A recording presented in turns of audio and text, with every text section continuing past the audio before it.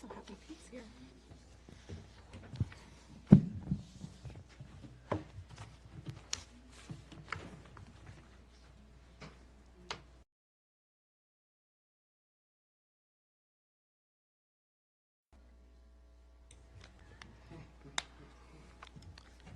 All right, good evening. Welcome, everyone. This is our March 4th regular town council meeting. We'll start with a roll call, please. Shannon. Here. Lee. Here.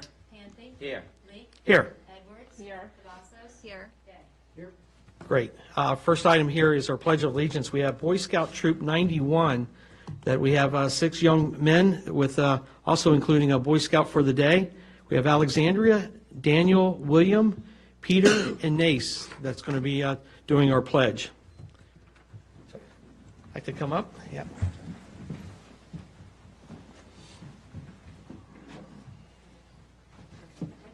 This is official. Please join me in the Pledge of Allegiance.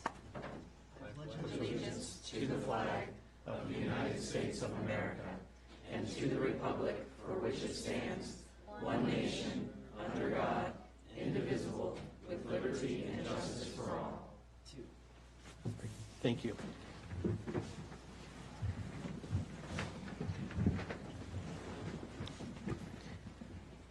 And this evening, also, we have an invocation that's going to be done by Reverend Ruth Sawyer from the Haymarket Baptist Church.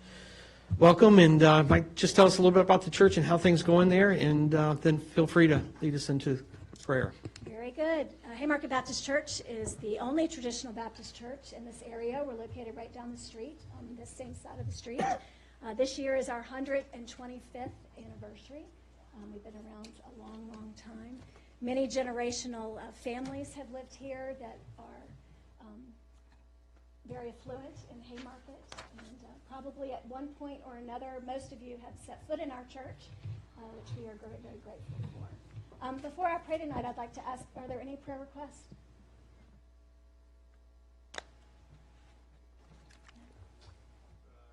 Families that lost their lives in Alabama and the tornado all of a sudden, the responders were helping with that. And into abortion. Anything else? Let's go to the Lord in prayer. Heavenly Father, we are so grateful for peace. We are so grateful for the silence. We are so grateful to come together as a community tonight to make decisions on behalf of the town of Haymarket that we all love and appreciate. Father, the Bible tells us that we are to love and appreciate and respect our leaders. And Father, we thank you for the mayor and the assistant mayor and the town council. We thank you for the town staff. We thank you for our police department, for Kevin and for Jeff, Jake, Corey, Bill, Randy, John, and Tim, and Lonnie, that they so unselfishly go out every single day and put their lives on the line for strangers. Father, we thank you for the decisions that are going to be made tonight. We thank you for the community that has come out to support this town. Father, guide, direct us, and lead us through this next hour and as we go home, and bring us back together in your house of worship. It is in your Son's name we pray. Amen. All right. We're going to switch our agenda up just a little bit this evening. We have a special guest here, our supervisor of our Gainesville district, Pete Canlin, that's going to speak this evening, give us some updates. Hopefully, Pete, tell us how things are going there. And Well, thank you. Okay. I'm right up here. Yep. Very good. Well, I appreciate that. Thank you. My name is Pete Canlin. I currently serve as the Gainesville District Supervisor. I'd like to thank all of you for allowing me to come give a few updates on what's going on here in the Gainesville District. I thought the young men did a wonderful job leading the pledge, and I'd like to thank Ruth Ann for that wonderful prayer, too. I also want to take, if it's okay with you, Mr. Mayor and the Town Council, to also hear from you some of the concerns, suggestions, recommendations that you have for the county and how we can better help and collaborate with all of you. Transportation is obviously one of the big initiatives we're working on as a county, as you all are on the town and on the state level. We've got several projects that we're working on, and the state is also working on. Probably the biggest project, well, the biggest project that's going on right now, and the biggest frustration that I have as a representative of the Gainesville District is the work being done on 66. It's an absolute disaster out there, no offense. It I have really, nothing to do with 66. Okay, you've got nothing to do with 66. Their contractors there are really not, in my opinion, holding up their end of the bargain. I'm on that road almost every day. It's probably a good thing you can't FOIA phone calls because I've had a few choice words to a few folks. I call, my staff calls almost every day. And frankly, the folks at VDOT do what they can. I don't know if I'm just, but that continues to be an issue. This is it's a hot mic. She's adjusting it right now. Okay. But just know that that's something that we're continuing to work on, just because I hear that's probably the most common thing that I hear from my constituents and from the constituents of the Brentsville District, that is a big problem. So that work continues to go on. As you know, there's a scheduled repaving for Jefferson, Old Caroline in 2019. That's going to be just a huge help for everyone. I drive down that road almost every day, as I know many of you do too. And that's a challenge, and looking forward to having that taken care of. The commuter lot on 29 and University will be opening in 2019 with 960 spaces. That's going to be a huge benefit to the people of Prince William County and, frankly, out west, trying to get more people on buses, more people off the roads and into those commuter lots. So that's exciting. We had a wonderful, I know many of you were there at the ribbon cutting for the commuter lot just up the road. That was a wonderful event. And I drive by there a lot of times, and that place is full, or at least 3/4 full, which is a good sign, making sure people are utilizing that. And then in 2022, we're going to have over 1,000 spaces being built on the commuter lot off of Balls Fork Road, which is also going to be very, very exciting. Some of the other projects, I don't know if they really impact the folks here. Cat Harpin Road scheduled to be paved in 2019, repaving in 2019. And then also getting way out there, but you might have some folks who are interested. They're starting to work on Featherbed Road to pave Featherbed from 29 to, or remaining to General Trimble's, which I've been on that road, and that's tough. The weather, as you all know, has just been a huge obstacle this year. And I know just when VDOT comes out to fix something, then we've got another snowstorm, we've got another rain, and all those potholes that were just filled are there again. And that's actually one thing that we're looking at as a Board of County Supervisors to see what more we can do on a local level, some sort of maintenance fund moving forward. I know the board has talked about in years past, but have the ability for us to be able to contribute a little bit more money on maintaining our local roads, because we still have a good amount of dirt roads, and we still have a good amount of paved roads that get those potholes. And again, because of the weather, because of those issues, those potholes continue to pop up. Right now, as the Board of County Supervisors, we're considering a transportation infrastructure bond referendum to come to vote for in November.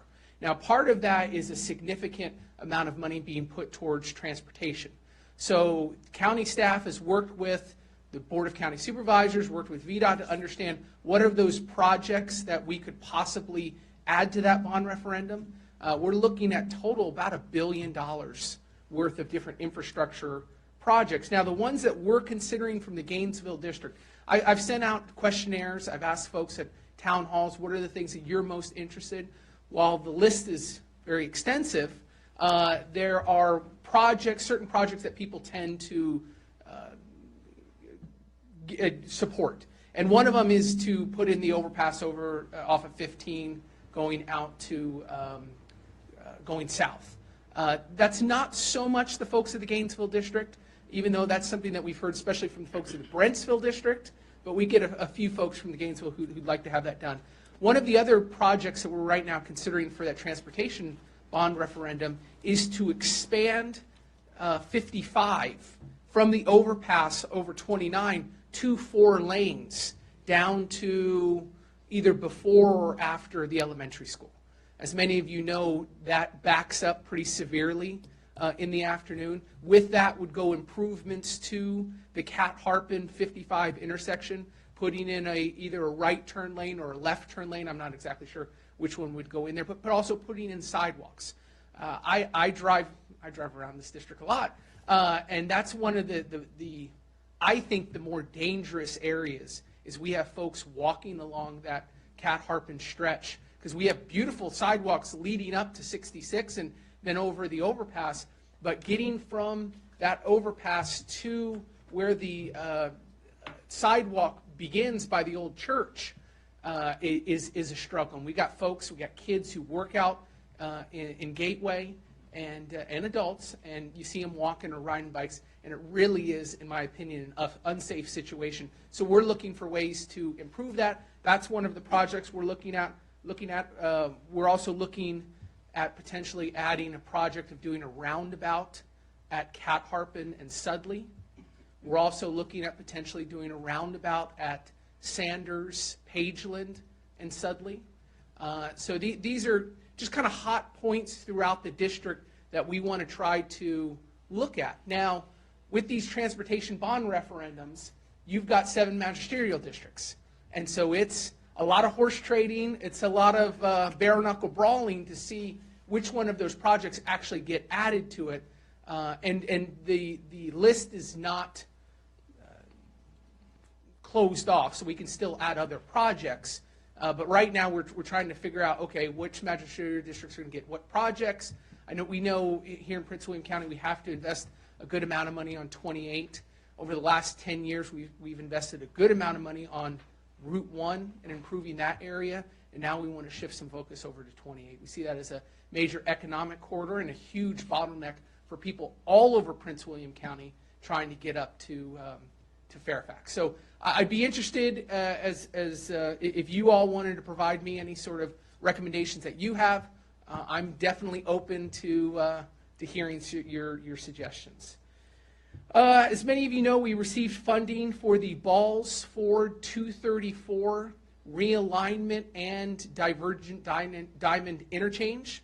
And so that's going to be started moving forward. They've already started moving forward with the planning, and I think that's going to help out a lot. They're going to redirect Balls Ford Road, kind of straighten it out a little bit, and then put in that divergent diamond over 234. I used to live over in Sheffield Manor, so I experienced that turning left onto Prince William County Parkway in the morning, and it is not very fun. And so I think that'll really help out folks moving forward. And they're also looking at potentially doing intersection redesigns all along Prince William County Parkway to really open up that traffic a lot better and get people moving more. There's been some discussion about the comprehensive plan, especially around this area, Carver Road, Thoroughfare Road. I think most folks on the Board of County Supervisors don't really expect Carver Road or Thoroughfare Road to ever be 4 lanes. A lot of times planning is just that. You try to look out 20 years, and 15 years in, you realize that that's not really where you want the county to be. And so I think there's going to be several projects where, as the Board of County Supervisor, looking at redoing the comprehensive plan. Right now, we're going through that process. And so I think there's certain roads that are going to be added. I think there are certain roads that might be taken away or downgraded. And I think Carver and Thoroughfare are 2 of those roads that I haven't heard anyone on the Board of County Supervisors pounding the table saying we must turn those into 4-lane roads. So I think those will be things that we just pretty quickly take off the comprehensive plan. As you all know, and it'll be interesting to see how it impacts the town Haymarket, that Somerset Drive Extended has started construction, and that will be done this summer, fall. And it'll be interesting. I think it'll be interesting to see how much traffic gets diverted coming through the town of Haymarket and moving over to Somerset. That was obviously before my time. The townhomes that are going in there were before most people on the Board of County Supervisors right now. And so those are one of those projects that gets approved and then just sits on the shelf for a dozen years, and then out of nowhere they start building it. And so it'll be interesting to see how that impacts the community. As many of you know, we've got the Carter's Mill age-restricted development. That's 490 homes, a little past Walmart on the left. That's going to be built. No idea on when that's going to they're going to start building homes, but that's coming up. Also, John Marshall Commons, many of you know, that was approved by the Board of County Supervisors. Public safety, the Gainesville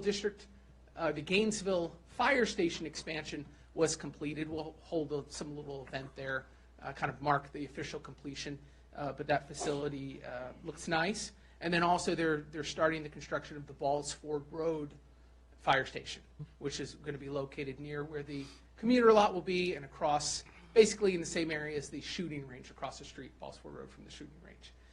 The Stonewall Jackson Volunteer Fire Department is one of, if not the most overused fire department in Prince William County. And so we're looking at a significant amount of relief coming from a new station. So that's going to be exciting. From a Parks and Rec perspective, we've got that Tough Mudder race out at Silver Lake Park June 1st and 2nd of this year. I was informed that shuttle service will be provided to and from the event from the Park and Ride over there off of 15, and then also they're going to be looking at using Jiffy Lube Live. That might change between now and then, but at least right now that's what they're looking to do. The Board of County Supervisors provided additional funds to make significant improvements at both Cat Harpin Park and Long Park. Cat Harpin Park, they're building several new rectangular fields. They're putting in 2 new bathrooms, and they're putting in a snack bar. So those folks who are going to be sad to see the porta potties go will actually get some good bathrooms there, and then be able to hold some good tournaments. That's one of the challenges, is trying to attract tournaments to come play in Prince William County. They don't love the porta potties, and so we're going to be making significant investments to that park. Long Park, we've approved bathroom facilities at the front of Long Park near the soccer facilities, and then also some offices for VSA. We still need to make some additional improvements at Long Park.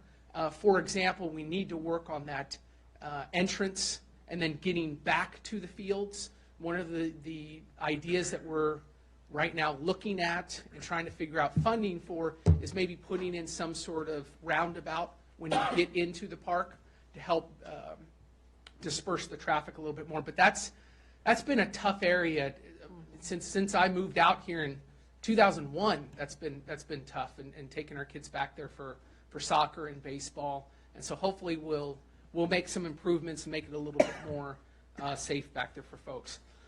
Always a fun time of year. We're working on the budget right now as a Board of County Supervisors. So as many of you know, well, all of you know, and I'm preaching to the choir here, in that probably the toughest job of an elected official is to balance the wants and the needs of the community with the impacts of additional tax burden that it'll have on the taxpayers.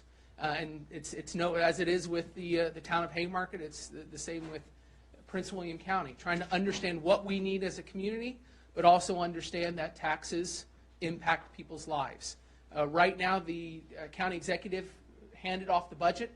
In the county executive's budget, it has an average increase of $147 per taxpayer in Prince William County. While that might not seem like a lot, I can tell you in talking to folks, there's a good amount of people where that's a lot of money. And also, in addition to, you can't just look at a tax increase as one year. You need to look at the 147 average this year, then with the 135 that was last year, the $80 that was the year before, the 150 that was the year before that. All these things start to build up, and so I'm very sensitive and concerned about the impacts of increased taxes. That being said, we're making significant investments within this budget. This year, we're really starting to feel the impacts of the adult detention center expansion, which adds about $5 million onto our annual debt. And so certain projects like that, whether it's the ADC expansion this year, whether it's the animal shelter next year, and that's not including all of the schools that are going to be built. So those things start to add up. But we'll be working on actually leaving from here to go to the budget committee meeting where we're going to be digging down into the budget. The budget's, I guess, 400 or 500 pages, and I was out of town, and that was my carry-on, was the budget book. And I looked pretty odd sitting in my coach seat trying to hold it together and going through the budget. But there's a lot of good stuff in there, and we're going to be making sure that we're spending taxpayer money wisely and seeing if there's any efficiencies that we could find. I think that is about it on the updates that I wanted to provide. Mr. Mayor, if there's Sure, anything else. I got a couple just right off. Yeah. For our listening. Amazon, Dominion Energy, any updates with them? I don't have timelines on when they're going Yep. to start the, but I can get that for you, when they're going to start the actual burying of the power lines and that construction. But I can provide that. Okay. to Didn't know you. if you had anything that was up to date for that. Other thoughts from our council here? I'm sorry, No, you you and go. two quick things. Supervisor Canley, I too get plenty of calls on that I-66 issue. Trust me, I'm a citizen out there traveling those two, sometimes on my Harley Davidson, and it's dangerous. Yeah. And so I feel your pain there and everybody else's. The other thing is, you mentioned the paving out here at Jefferson Street. It's either next week or week after, I'll be attending a pre-construction meeting where I'll have a better time frame of when that paving is going to get done. When that happens, of course, your office gets the information anyway, but I will share that with the town staff as well, so we can share it with everyone. So. Okay. As far as projects go, just a little something to slide in there maybe. We have gone to bid on our sidewalk here. And there's not, once you leave the town limits, there's no connection to Heathcote. So that would be kind of nice to have that. People could walk to the park and ride, they could, walk over to the hospital, to the places, so. Yeah, we approved that medical office building. Boy, it's been probably 5 or 6 years ago. Yes. Now, the challenging thing is that's on the other side of the road. Yeah, we have to cross them And you have over. to cross the road. The idea was always, and obviously hasn't worked out, but at some point that would be developed. The other side of the road Right. would be developed, and with that, they would put in the sidewalks. But we're not seeing that development. I think we thought 5 or 6 years ago that, of course, that'll be developed into something by now, but it's not. And so Maybe a I little quick paving, yeah, I appreciate you blacktop letting me know that. I think that's a good suggestion. because our sidewalk's the construction's gonna start here pretty soon, so. Yeah, okay. Other thoughts, concerns? That's it? No? No, Wow. no rocks or Yeah. tomatoes or? Yeah, I yeah. was going to cover in my time later, but, and I know you get the readout too, and that's important. I'm already getting calls on it. Route 29 is going to be shut down from between the Battlefield Baptist Church, which is just south of Route 215, Van Hill. From that, it's about a half a mile stretch there, up 215 is going to be shut down for a little over a month because they're going to be leveling out. That's a high accident area with those two humps there. VDOT's going in, they're going to be cutting those down, filling in, and alleviate that. And that's from July 8th to August 2nd. Detours are up and around. I can get that information too, the printout. I sent it to, I think Sergeant Shaver. I think he shared it or whatever, but We can put it on the website maybe. yeah, but that's going to be a major detour because 29 is so heavily trafficked. Southbound won't be affected at all. It's just northbound, so. Okay. Okay. All right, thank you so much. Thank you very much. Good seeing everyone. All right, Thank you as well, thank you. Okay, our next item on our agenda is on page 1 for our work session minutes approval, and then we also followed up by our regular town council for February 4th. I make a motion to approve the minutes from the work session of February 4th, 2019, and the regular meeting February 4th, 2019. Motion on the floor, and Councilman Leek, second. Discussion on the motion? Sure. I was going to ask, I know that Shelley writes the minutes, correct? Does anybody review them before they're put in? Like, does the mayor review them? Oh, okay. And if there are changes, should I recommend it now? No, absolutely. Okay. If you see, You can also always call me, that's why I try to get it out early, so if you get any questions, you Yeah. can go over it. Okay. yeah, because as we know, minutes really should be a reflection of the action taken by the council, by action items. I think, as the clerk can say, as she's gone to the school, to do a verbatim and exact, that's called a transcript. And of course, we have online and available the entire council meeting, but the minutes for grammar or just a spell check or something like that, yeah, usually we just let the clerk know that, hey, I noticed this I'll item. just mention one area. It's on page 3, under the mayor's veto number 3, where it says there was also discussion on the previous dialogue between the mayor, staff, and Mr. Church. I just thought in that area it could be a little bit more detailed. That was my only comment. Okay. And I'm sorry, you through? I just have one question. On page 8, on number 7 there, we talked about the letter that was not read. Was that made part of the record? Yes, It was, okay, thank you. it's part of the agenda packet that's online, and it's also in our town council agenda binder. Thank you. Okay. Yep. Yes, it's on It's the a- agenda, February 4th agenda packet. Yeah, so you've gone to the, online, February 4th, bring up the agenda packet, and you'll have all the additions, just like we did, I think, probably for January's, where we had the public hearing, every single letter that we have. Anything that needs to be made part of the record is actually, Okay, Yeah. I should have checked it, I just didn't, so I just It's asked. available in our binders to the public. Right, yes, thank you. Exactly. Connor, since you have your computer, would you be able to just verify that? Okay. yep, all right. So any other questions on, or discussion on the motion? Roll call vote, please. Shannon, Yes. Lee, Yes. Kathy, Yes. Edwards. Yes. Cavazos. Yes. Okay. Yes. All right, great. Next item is our department reports. We're on page 20 with the treasurer.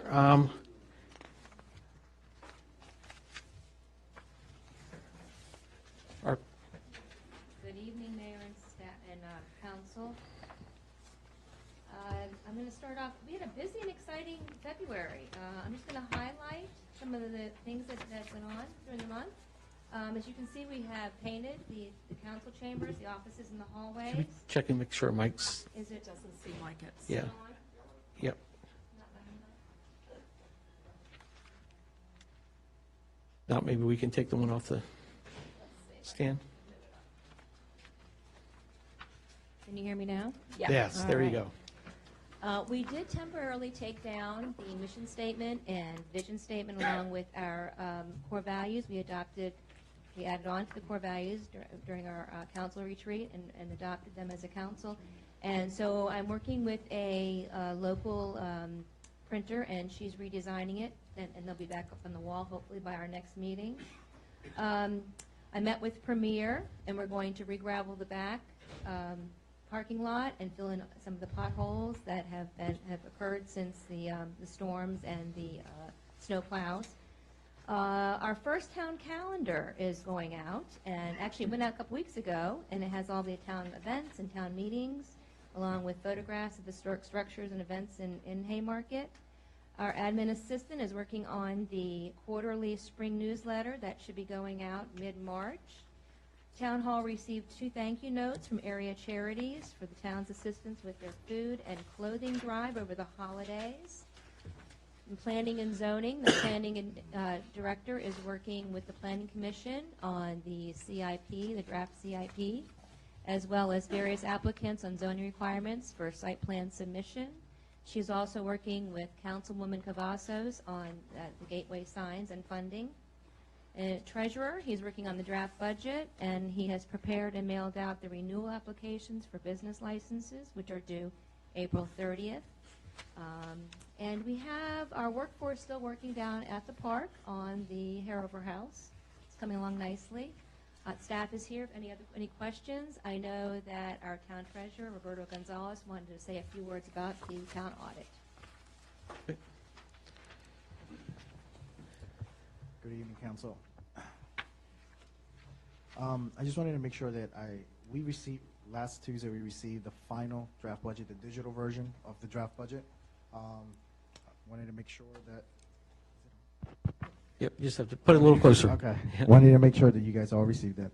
If there's any questions, I was looking to post that up as soon as we get the hard copies. One thing I wanted to make a note of is that you did receive them later than you usually would. That was due to a lot of staff changes with the auditor's company. And we do not, and because of the size of our town, we weren't required to have them in by the 31st of December.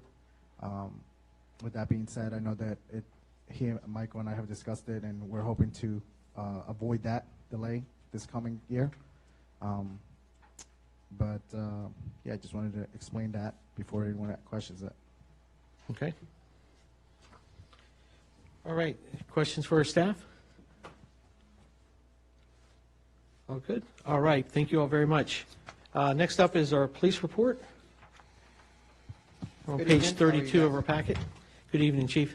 Does anyone have any questions on the statistics for the month? All right, just go over the points of interest for the month. I had a meeting with several of the owners of the unsecured businesses in town, specifically the Stan Smith property, the firehouse, and what I refer to as the Foster's building. Basically to talk about the unsecured premises that are on their building and the problems that we're having there and what they could do to help us out, get them secured so it's safe for officers having to go in there and go after people and for citizens and kids getting hurt in there. Of course, the Stan Smith property, you guys have already set forth a plan for them to follow, so I just reiterated that the timeline on that needed to happen. The owners of the firehouse, they had some holes in the plywood that was covering the doors, specifically the garage doors on the extension in the back. We walked around the building with them. Some of the windows up top were unsecured and open. Since then, they've been out there. They've patched all the holes. I think the mayor said he saw them out there the following week, so that they're all patched. With the Foster's building, our issue was that the kids could go all the way to the top of the elevator towers and then hop over the fence and then go, or the railing and go up onto the roof, which is very dangerous not only for them but for the officers that have to go up there as well and chase after them. So we met with the owner. Myself and Emily walked over there with them and with him and asked him what he could do. We identified the problem. He identified what he thought he could do. We have since got an email last week from him that said that he has met with his engineers and he's got a budget together, and within the next 2 weeks they should have everything done and be ready to move forward. He had some concerns about what the image is going to have to be there and how it had to be approved through the town as far as the image of whether there's fencing or the railing goes up higher with some kind of prevention on top of the railing, but that'll come forward to whoever it needs to. But that's we're encouraged that at least 2 of the 3 properties addressed it immediately, and the third one, I guess you guys will hold their feet to the fire on that one. Okay. I also attended the Virginia Association of Chiefs of Police Conference, where the major thing that we talked about was the legalization of marijuana, how it's coming through the states and how it's affected, Colorado in particular, and some of the ups and downs of it, the pros and cons. So that was a big focus, and then also community policing as well. That's always a focus there. But I always love that these big departments, again, we're doing already what they wish they could do. We already have a good relationship with our community. So it was a great conference.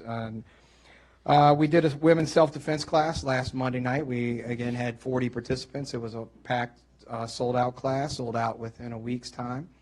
And then they also gave us a check. I believe it was $660 to go toward the AEDs as well. And as Roberto had told you during the Finance Committee meeting, if you were here, that we're approaching or have paid off the AEDs with all the donations this year. So that's great.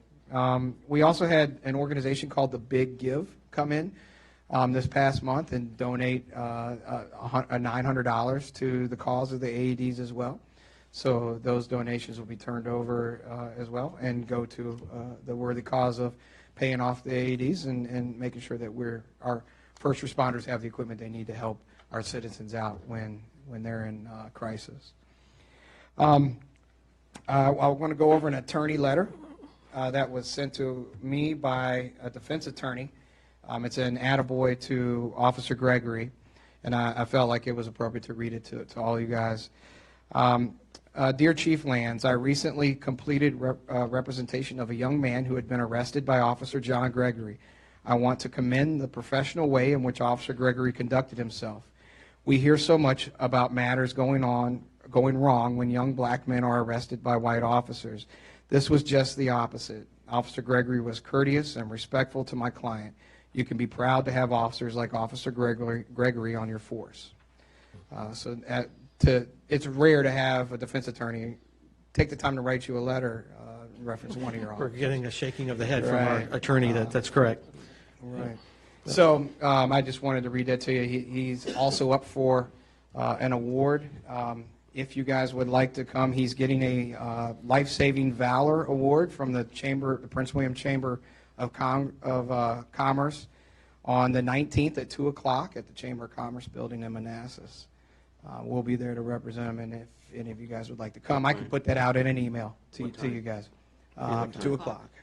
Maybe like a calendar invite. Yes, sir. I'll put that out. And that's due to the accident that we had on 66 where the gentleman was dazed and wandered off into the woods. And had he not ramped it up a little bit more to find the guy instead of thinking that he had just fled the scene, the doctors said that he would have bled out in the woods right here off of 66. So he saved the guy's life.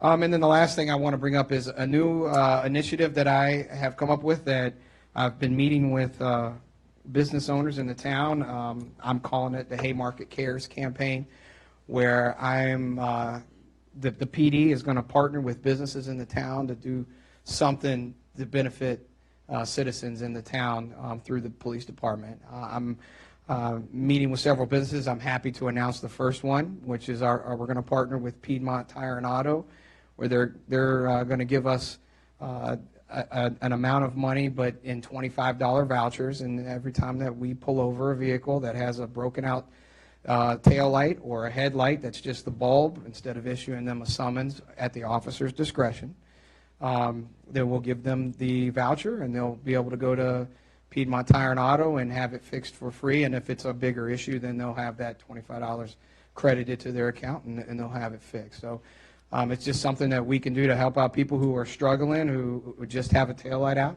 just have a headlight out, but that we can do something for them instead of issuing them a ticket. So just one of the businesses that are going to participate this year in the police department's Haymarket Cares campaign, and I'll have many more. I'd probably do at least one a quarter and highlight them on our Facebook page as well. So, does anybody have any questions? Just a comment. You continue to excel, and thank you and your team for what you do and what you bring to this town every day, and those outside of the town that you help out. Thank you, sir. I venture to say the self-defense course that you put on, it's the money, it's all great and everything, but the bang for the buck is the self-defense that these ladies are being taught. And my wife was supposed to be there, but she was sick. Not that she needs self-defense, at least from me, but I really commend you all on that course. Being in your line of work for many years and doing what I did, I can appreciate what just a little bit of self-defense tactic, how it can make a difference in saving a life. So thank y'all for what you do. Thank you, sir. And it's just one more way we can connect with our community. Absolutely. All right. I was reading the rundowns, and one of them that I won't go into detail because I don't know how much you like to reveal, but about the overdose at Sheets. And that was so upsetting to read. And I'm just so grateful that there are, less and less cases because of what you all do and trying to keep all of the drugs out of our town. But it was really scary, and I'm thankful that the children were, that it happened here, because I know that they were taken care of. Yes, ma'am. That was one of the benefits for those kids, was that we're a small town and we were right on the scene and recognized the problem right away, and we were able to help out. And what maybe you could elaborate a little bit without, the specific information, but the call came out as a person that was unconscious in the restroom. Yes, and our officer was there, identified the problem. It was Officer Gregory. He identified the problem. He's had many experiences with that, and was able to identify it, call rescue, render aid, and then the family that was affected by it, we were able to calm them down as well and help out, without going into a lot of detail. Good. Great. Other comments for Chief? All right, thank you, sir. Appreciate it. Our next item up is our citizens' time. And I don't know if we had a sign-up sheet or not. If not, we can just go. This would be the time to have the residents come up and speak, and just for the name and address for our record. Evening, Mayor, members of the council, Bob Weir, 6853 St. Paul. For those who haven't been watching the General Assembly this year, there were two big buzzwords, transparency and liberty. In fact, liberty was almost made a joke of on many bills. I bring you the transparency part. I've got a copy for all of you of the enrolled bill, HB 2375, jokingly referred to as the Haymarket bill because it actually came as a result of actions of this council last year. The manner in which the application for the fairgrounds was handled by the previous council as of July 1 this year will not occur again because it won't be within the framework of the state code. So I'd strongly encourage you guys to read that so that that mistake isn't made again. Unfortunately, I don't have a copy of the enrolled version of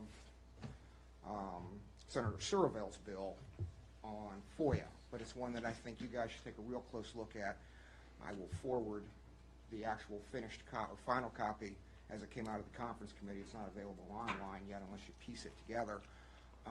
But it essentially is going to put quite the onus on you when it comes to certifying your closed sessions and ensuring that everything that you talk about in closed session is actually eligible for closed session and included in your motion. For if it isn't, and Mr. Krim happens to be here that night, you guys face a civil penalty. Something to think about. Thank you for your comment, sir.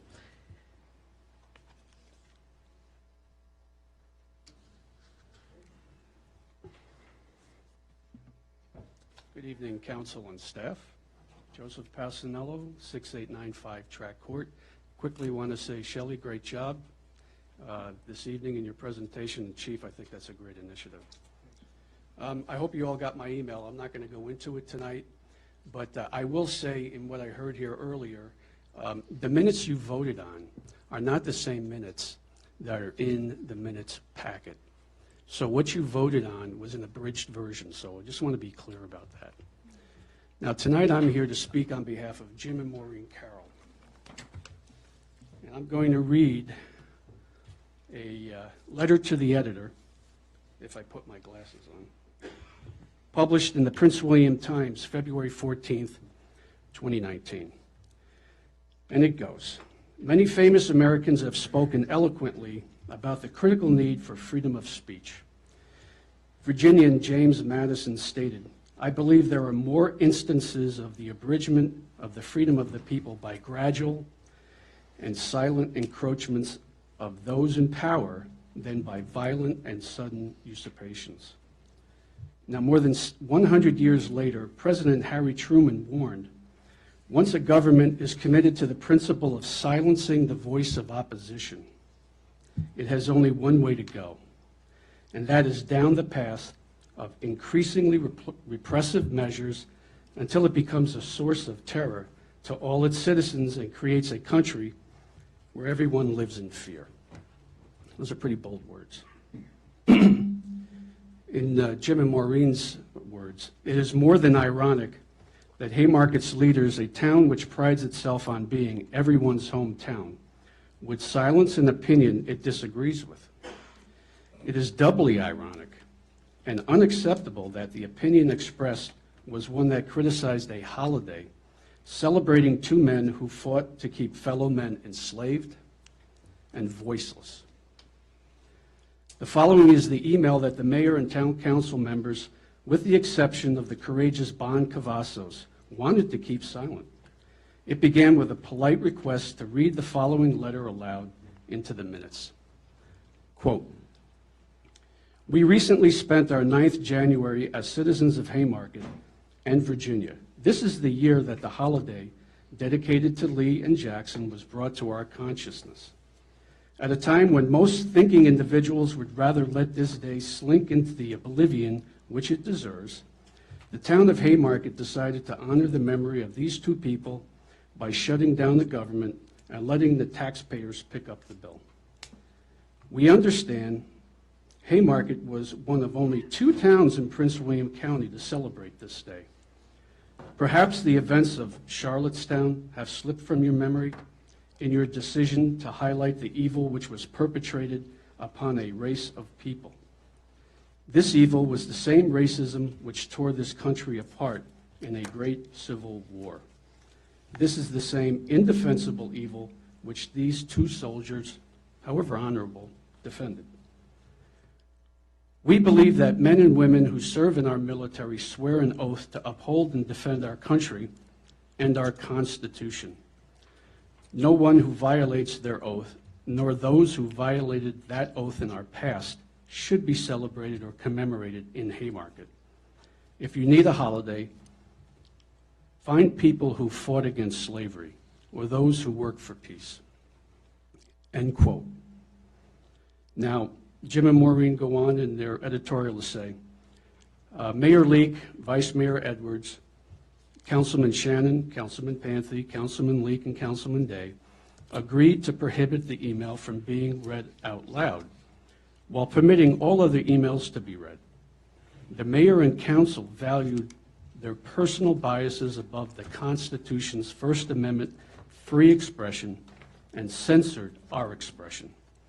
Now, we understand that people may disagree with our clearly stated opinion. That is their right. That is their right as Americans, a sacred right guaranteed by the First Amendment. What we do not understand or accept, why our elected officials, all of whom are paid by taxpayer money, would so arrogantly censor our request to read the email out loud into the minutes and wrongly limit our First Amendment rights. You know, listening to and reflecting on others' opinions may lead one to revise, reinforce, or reject their assumptions. Denying or censoring that process is an abridgment of rights and an example of incompetent and wrongful government. James and Maureen Carroll, Haymarket.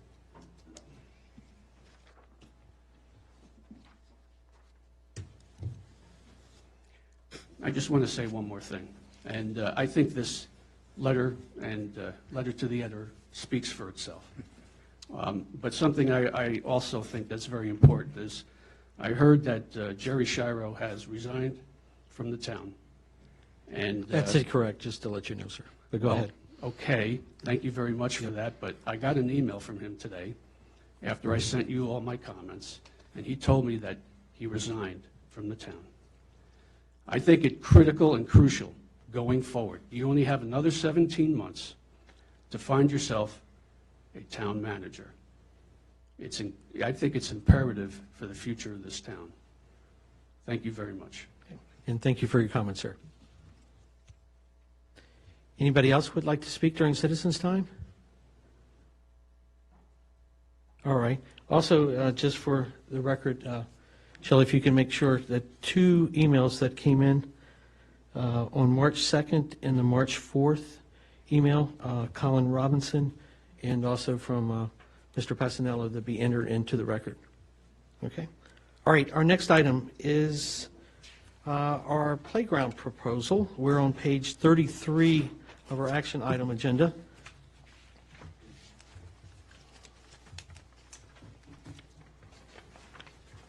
As we spoke during our work session, I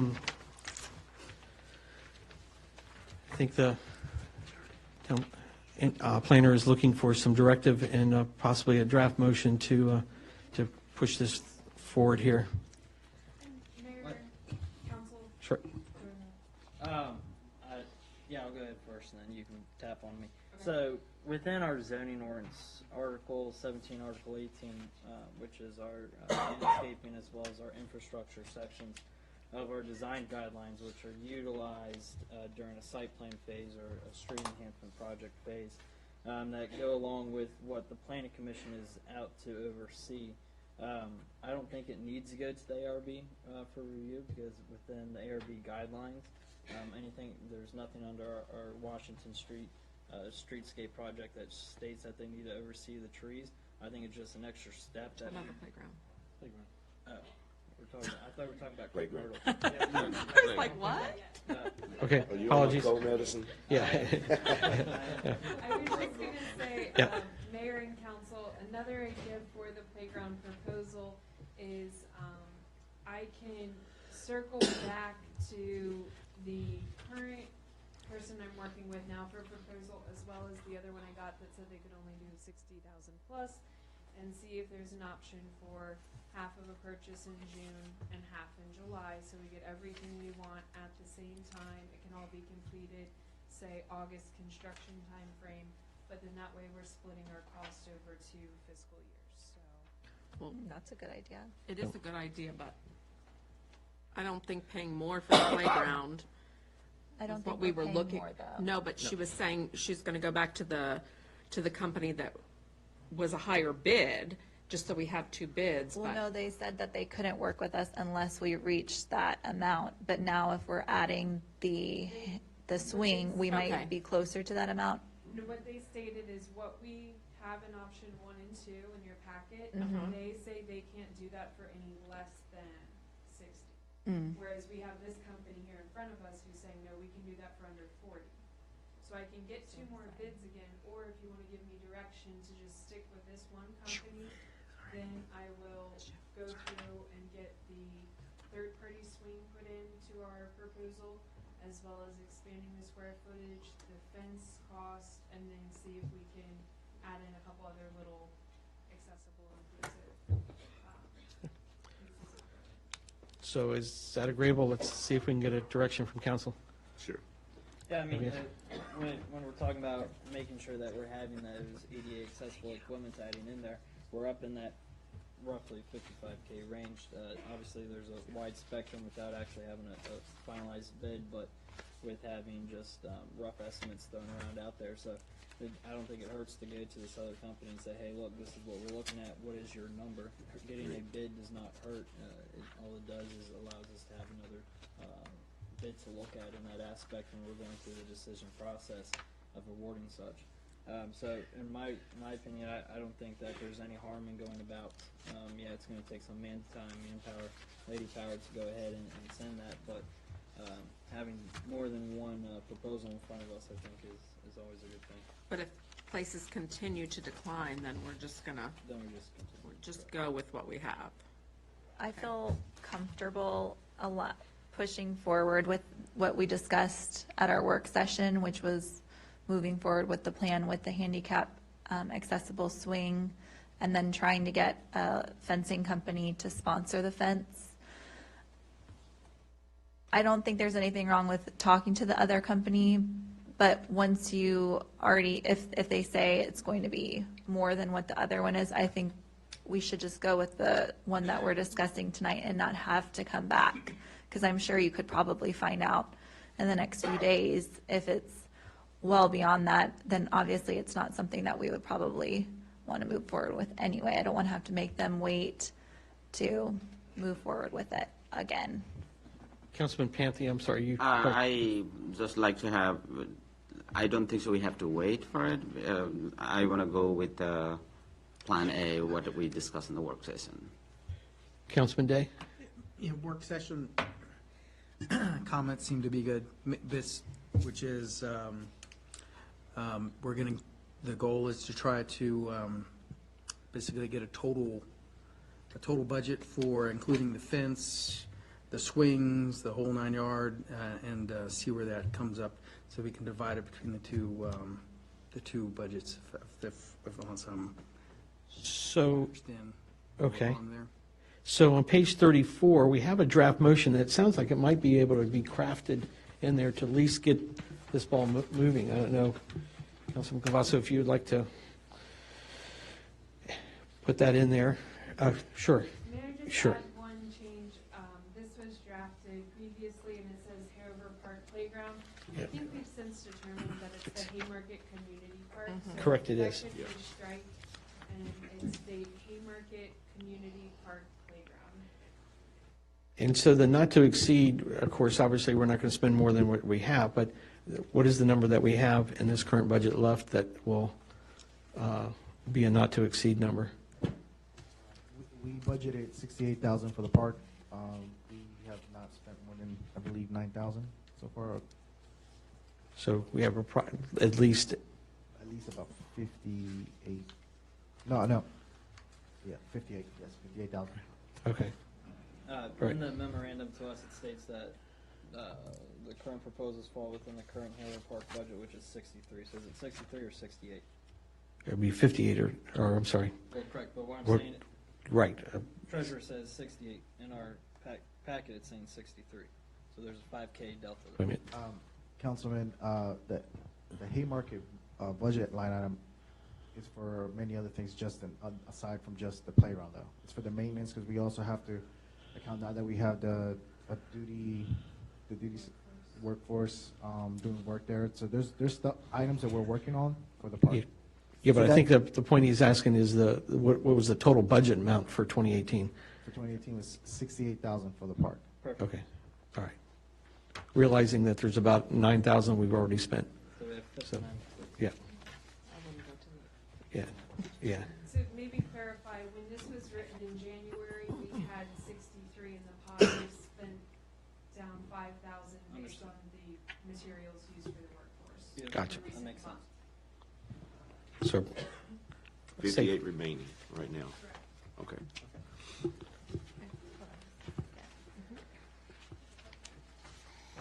we typically don't take questions from, maybe you can talk to staff and they'll be able to answer your question, I'm sure. But thank you.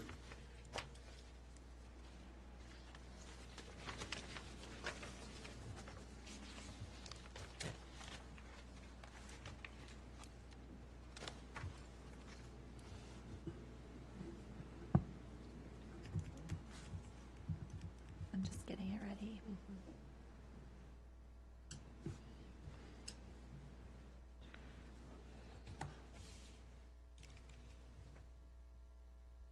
Okay.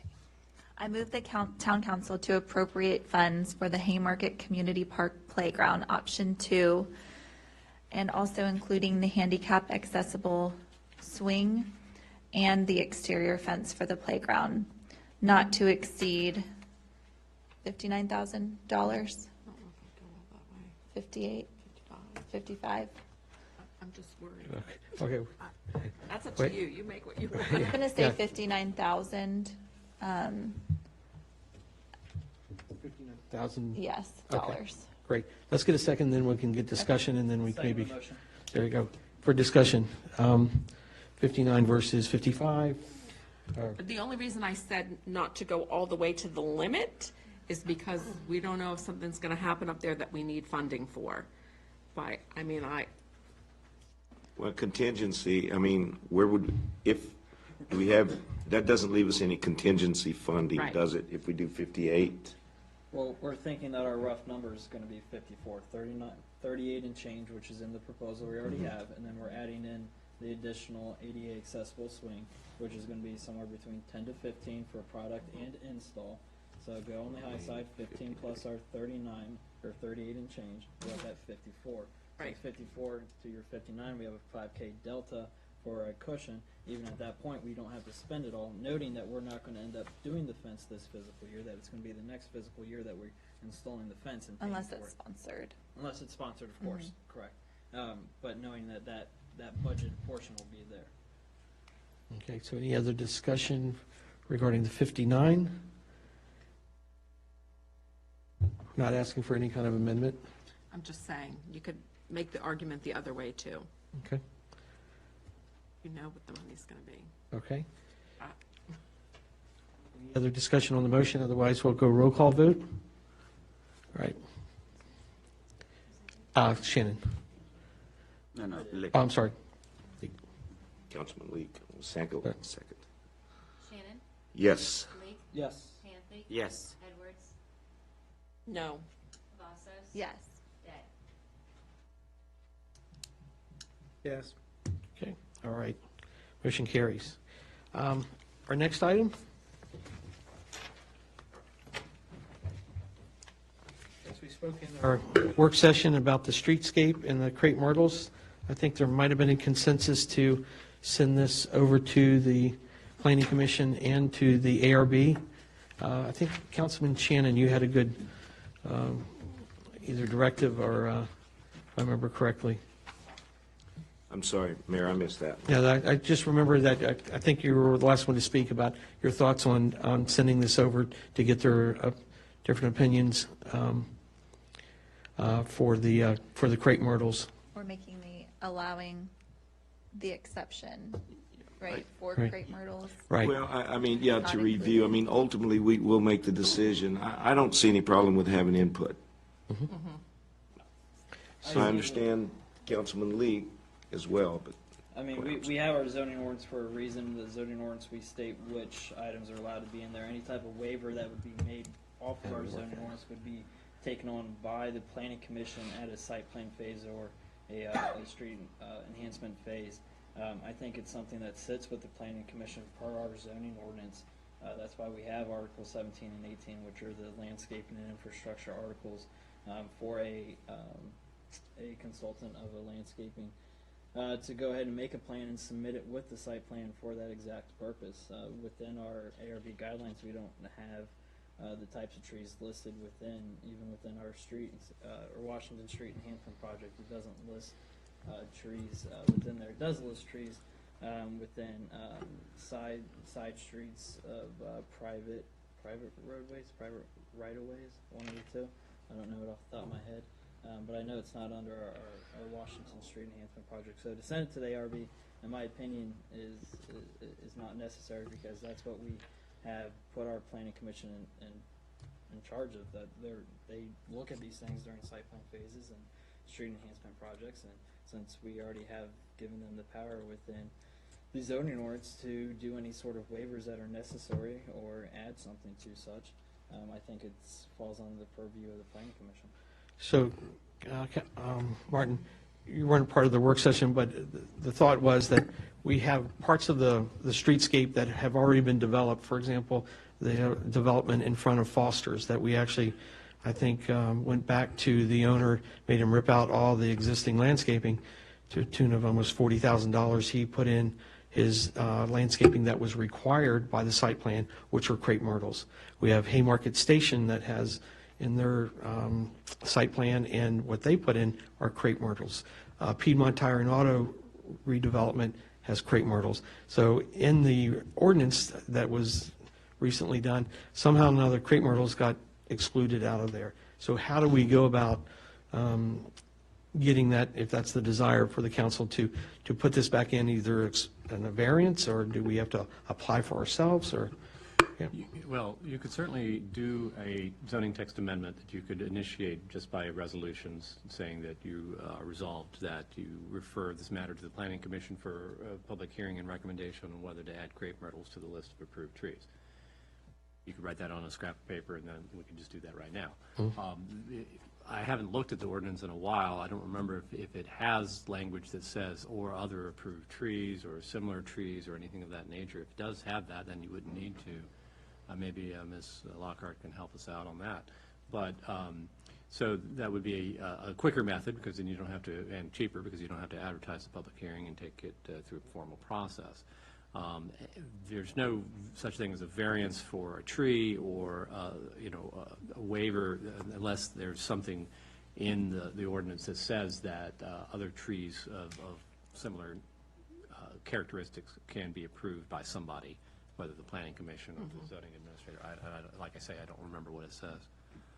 So I guess maybe thinking this out loud, that we could maybe just refer it over to the planning commission to look at the having this, this tree as being an acceptable tree We want either. to approve funding. Yep. And refer it to them for, Well, I think we're going to need to make sure the tree, once we get the tree approved, then we can go for. My only reservation is that I think that it should go, and I'm just saying, for a discussion item at the ARB, I mean, they are the Architecture Review Board, and it's the historic overlay for the town, and I don't know. I mean, I get what Councilman Leak is saying, that the Planning Commission does the trees, but In their guidelines, is that one of the things that, the criteria that they look at? I don't know. Bond, is that part of the ARB guidelines? Either draft or the ones previously? I mean, I think the actual look of the town is what Susan's referring to.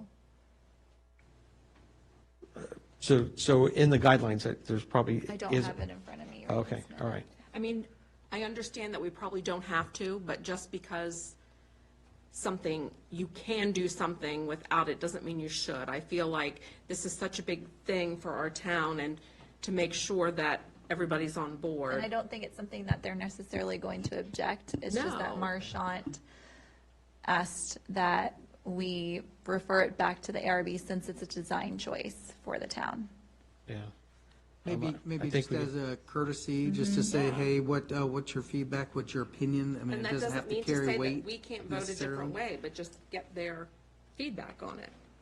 We can make that maybe part of a motion to have the ARB look at it, but it sounds like if it's in It's in the, the purview of the planning commission, and I'm not disagreeing with the town attorney, but a waiver can be granted by the planning commission for landscape buffering or a landscape approval. Is that correct, Martin? I'd have to look at the ordinance again, sir. I don't remember. Okay. I know it's been done before by the planning commission, and then when we did our draft, or excuse me, when we voted upon our new ordinance here recently, it is within there that a landscape buffer can be approved by the planning commission, just as setbacks can be approved. And But that's not a buffer, it's a part of the streetscape. correct, but it's a landscape. It's landscaping. yeah, Is it not landscaping? A tree is landscaping. yes, a tree, I think would be.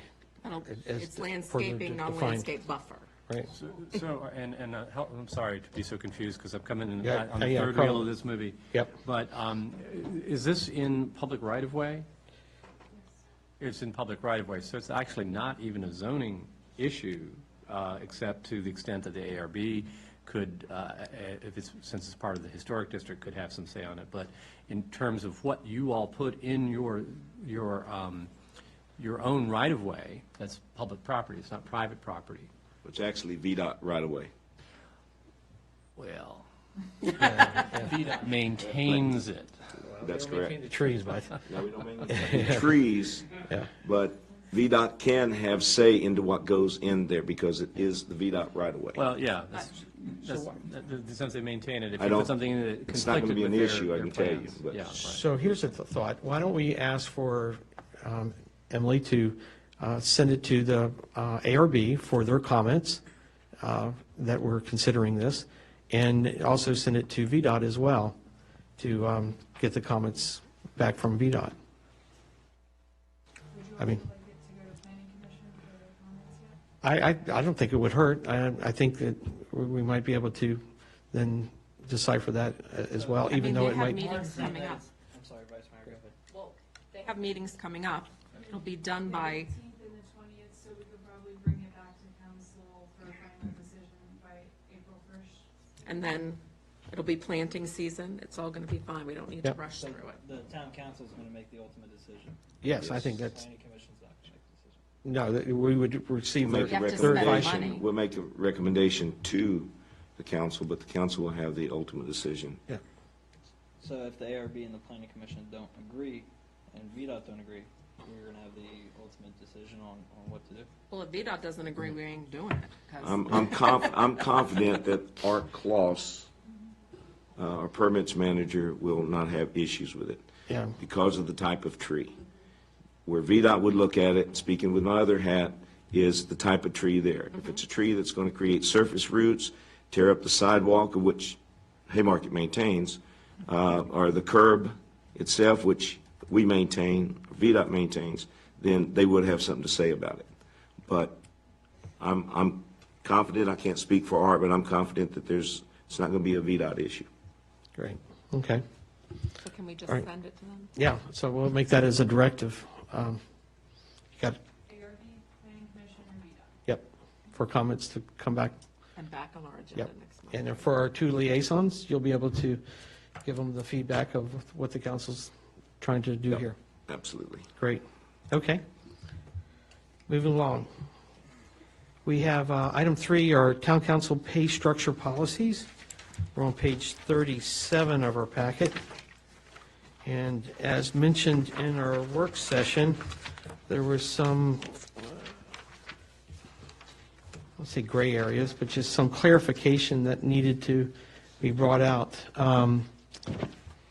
As we looked in the past, we've had comments or concerns that could we change our pay structure, and that was easily brought up by our state statute that you cannot increase a pay. We also brought up the fact that we did a policy that would allow no more than 3 meetings that we would be paid for, whether or not whatever committee you're on, and also the pay structure of that. And I think we have a draft motion, but I think we just might need to just clarify a little bit on that original draft motion that we've This one? looked at. Yes, Well, I'm going to make the motion, and then we can go from there. I move the town council to amend the town council pay structure policies, policy number 2014-0902-2, to hereby follow the guidelines below in regard to compensation. All elected and appointed officials who are paid by the meeting will only be paid for no more than 3 meetings a calendar month. All work sessions and regularly scheduled meetings that occur on the same calendar day will be considered one meeting in regard to compensation. I second. Okay, second. And then discussion for the listening public. We did this on a work session, so all the detail and how this came about to hit us, the dais right now, is available, that you can watch and see the discussion that we had.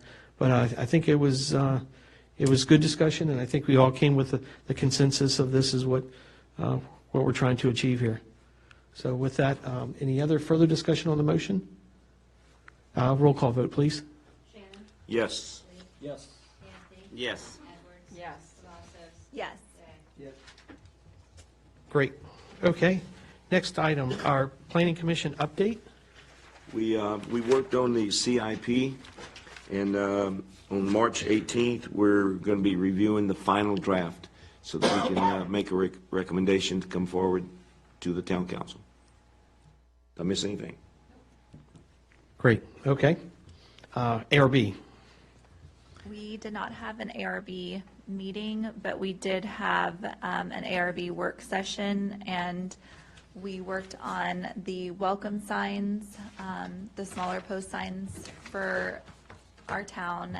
We came up with a shape, a post, a color, and also what we wanted on the sign, and this has been like a long time in the works, so we're really excited to have decided on that. Emily, what other items were on there? I'm so sorry, I don't remember. We also discussed the draft guidelines and the draft bylaws that the ARB is currently working on updating with our. Okay. And you'll be sending a draft, I think, before our next meeting, and we're going to be looking at the edits and then sending notes back to you. Okay, great. All right. We will have a closed session tonight, so we'll go ahead and do our council member time if there's no objection to that. Councilman Shannon? I would sound like a broken record thanking all of you for what you do and to our staff and the police department. I'm very appreciative of the citizens that come out and speak. It is, as was pointed out, it's very important that we hear everything and everyone, both sides to every story, whether we agree or disagree. It's, I appreciate folks coming out tonight to speak. I think that's important. Thank you, sir. Yep. Councilman Leake? So I stand corrected off my previous statement about trees. Did a word search here in our zoning ordinance, and street trees species requirements are identified on the plant list in section 5817.2 Substitutions of plants may be allowed with the approval by the Architectural Review Board, Planning Commission. All street tree designs and installation must be reviewed by the Architectural Review Board, Planning Commission, and the Town Council with the following considerations, and then a list of considerations. So I apologize, I thought it was only the Planning Commission, but as I did the word search, the ARB is also as well as in there, and it says it must be reviewed by. So I apologize for that. Outside of that, I love working with all of you, and I look forward to our team building activity that we are getting scheduled on the books here coming up. Okay. All right. Councilman Panthy? No comments. All right, understood. Vice Mayor? I think I'm good. Councilman Cavazos? Stanley Paulowski, the owner of Bull Run Accounting and Tax Services across the street, contacted me on February 7th and asked that I meet with him since he wasn't able to be here for Citizens Time, our last town council meeting. He has occupied this small building across the street since 2002. The property I'm referring to is owned by Mr. Stan Smith. So I met with Stan at his office at 10 a.m. on February 19th, and he informed me that he was very disheartened by the news of the demolition approval. He also alerted me to the fact that his landlord never informed him about the request for demolition or relocating his business off of the property. If you remember, one of the questions that was asked by the ARB was if Stan Smith had already made arrangements with his tenant prior to coming to the town for these requests. His attorney representation said yes, and that the move was not going to be a problem. Because we are in the heart of tax season, this move would cause a strain on the tenant's business.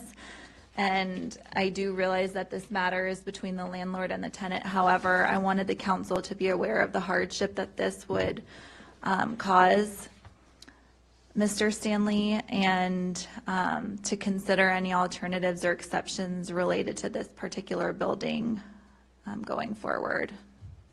Okay. And So then the- I also, oh, go ahead. No. Did you have a question? I'll wait. Okay. The other item that I wanted to make sure we discussed was that we have it on the agenda in the next meeting discussion of hiring a town manager to replace Jerry. Okay. So has staff, he reached out only to you, the I county? don't know. I'm I not sure didn't if he hear reached anything out to from him. anybody else. Yeah, is anybody else had heard from? No. Staff? No one? Okay. All right. Did you ask Robert? Robert, yeah. Poor Robert. Yeah. I assumed that he would have said something. I think when I first looked, it was like he didn't. Okay. Councilman Day? We're good. Great. So last week I attended the TANV meeting. Interesting, they were going over the budgets and actually council benefits too, which was kind of, as I mentioned in the work session, was kind of interesting to see that we seem to be right about the same. Matter of fact, most, or not most, but there was a good majority of municipalities that don't even give a stipling that for any time served.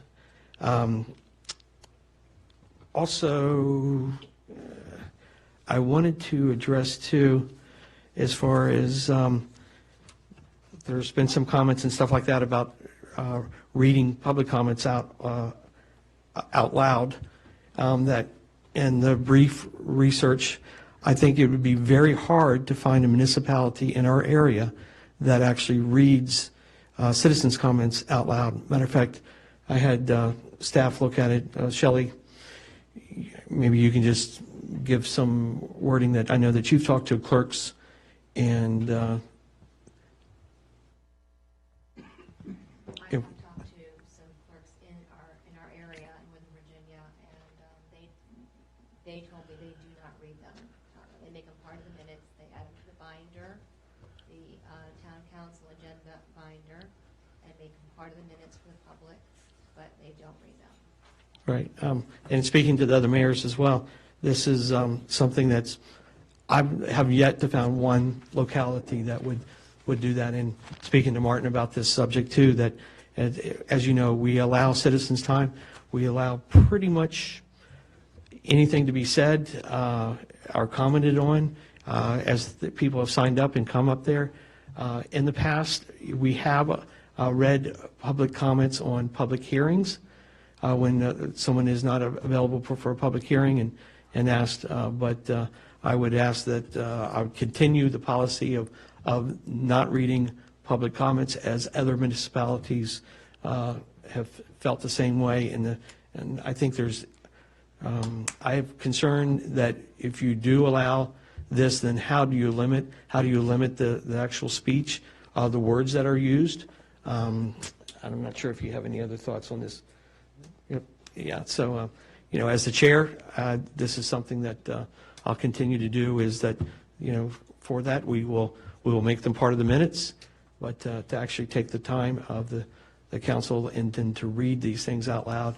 As we know, we're least available. We always allow our citizens and to have this opportunity to speak. So with that, I'll take our motion If to. I may, Sure. Ms. Cavazos and Mr. Shannon asked if I could look up to make sure that those letters were all in the agenda packet, and I went in there, and they are there between page 31 and page 51 of the agenda packet, the letters. Now, I don't know how many actually came in, but there's 20-some pages in there of letters that came in, and I know that the one specifically I looked for, the Carroll's, and Mr. and Mrs. Carroll's letter is in there as well. Yeah. Well, I appreciate you checking to make sure, because I think that's important. My only comment, Mr. Mayor, with what you said, as long as we're consistent. Yep, exactly. That's, we have to be consistent. If we read one, we read them all. Yep. But we stay consistent. So thank you, sir, for bringing that up. Okay. I just need a motion to get into executive session. Sir, then the form of the motion would be that the town council enter closed session pursuant to Virginia Code Section 2.2-3711A1 for discussion of assignments and salary, specifically of the town business manager and office manager / town clerk. Okay. So moved. Need a second? Second. Second by Shannon. Any discussion on the motion? All in favor, say aye. Aye. All right. We should be back shortly. Thank you. Can I get the restroom? Yeah, I got it. Yes. I didn't ask. It's going to be an issue. I didn't ask to go. May I have a bathroom pass?